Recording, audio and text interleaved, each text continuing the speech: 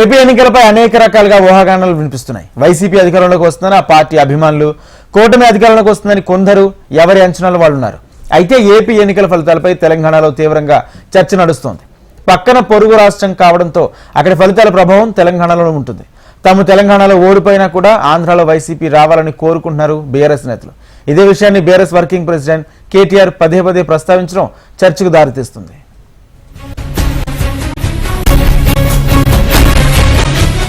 AP assembly ఎన్నికల ఫలితాలు తీవ్ర ఉత్కంఠ రేపుతున్నాయి. ప్రజలు ఎవరికి పట్టం కట్టారు అన్నది ఆసక్తికరంగా మారింది. గెలుపుపై అటు వైసీపీ, ఇటు టీడీపీ కూటమి నేతలు ఎవరికి వారే ధీమాగా ఉన్నారు. మరోసారి గెలుపు మాదే అని వైసీపీ, ఈసారి అధికారంలోకి రావటం పక్కా అని టీడీపీ కూటమి ఇలా ఎవరికి వారు విశ్వాసంగా ఉన్నారు. ఇదిలా ఉంటే ఏపీ ఎన్నికల ఫలితాలపై తెలంగాణకు చెందిన నాయకులు తమ అభిప్రాయాలు వ్యక్తం చేస్తున్నారు. ఈసారి ఏపీలో గెలిచేది ఎవరు అన్నదానికి సంబంధించి స్టేట్మెంట్లు ఇస్తున్నారు.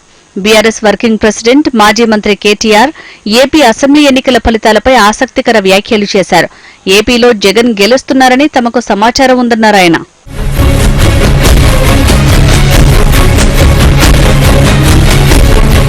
రాజకీయాల్లో శత్రువు మిత్రుడు, మిత్రుడి శత్రువు మనకు శత్రువే అనే నానుడి ఉంది. ఇదే విషయంలో కేసీఆర్ గతంలో ఉమ్మడి రాష్ట్రంలో రాష్ట్రం విడిపోయాక కూడా పాటించారు. అయితే ఆంధ్రాలో చంద్రబాబుతో ఉన్న వైరం కారణంగా కేసీఆర్ జగన్ను ప్రోత్సహించారు.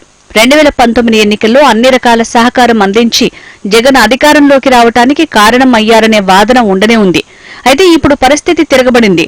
తెలంగాణలో బీఆర్ఎస్ ఓటమితో రాజకీయంగా ఇబ్బంది పడుతున్నారు. రేవంత్ రెడ్డి కాంగ్రెస్ ముఖ్యమంత్రి అయినా ఆయన గతంలో చంద్రబాబుతో కలిసి పనిచేశారు. ఓటుకు నోటు కేసులో బాబుతో సహా ఇబ్బంది పడ్డారు. దీంతో సహజంగానే ఏపీలో మళ్లీ చంద్రబాబు పవర్లోకి వస్తే ఇబ్బందే అనే ఫీలింగ్ లో ఉన్నారు బీఆర్ఎస్ నేతలు. అందుకే జగన్ మళ్లీ పవర్లోకి రావాలని భావిస్తున్నారు.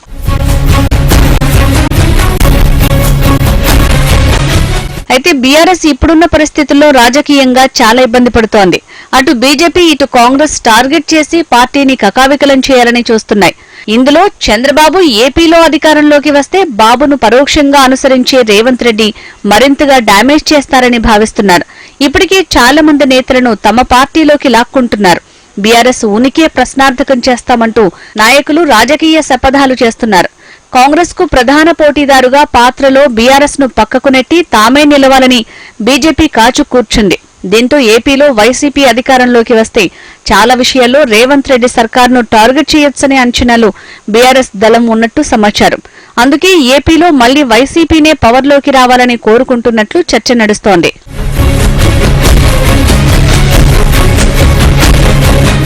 మొత్తానికి బీఆర్ఎస్ అధినేత, తెలంగాణ మాజీ సీఎం కేసీఆర్ కూడా ఇదే తరహాలోనే ఎన్నోసార్లు వ్యాఖ్యలు చేశారు. ఆంధ్రప్రదేశ్లో జగన్ ప్రభుత్వాన్నే ప్రజలు కోరుకుంటున్నారని కేసీఆర్ తమ అభిప్రాయంగా ఉన్నట్లు కూడా తెలిపారు. ఇప్పుడు కేటీఆర్ కూడా జగనే గెలుస్తారని చెప్పడంతో తెలంగాణలో ఆంధ్రప్రదేశ్ రాజకీయాలు హాట్ టాపిక్ గా మారుతున్నాయి. కేసీఆర్ చెప్పినవి నిజమవుతాయో లేదో తెలియాలి అంటే జూన్ 4వ తేదీ వరకు ఆగాల్సిందే.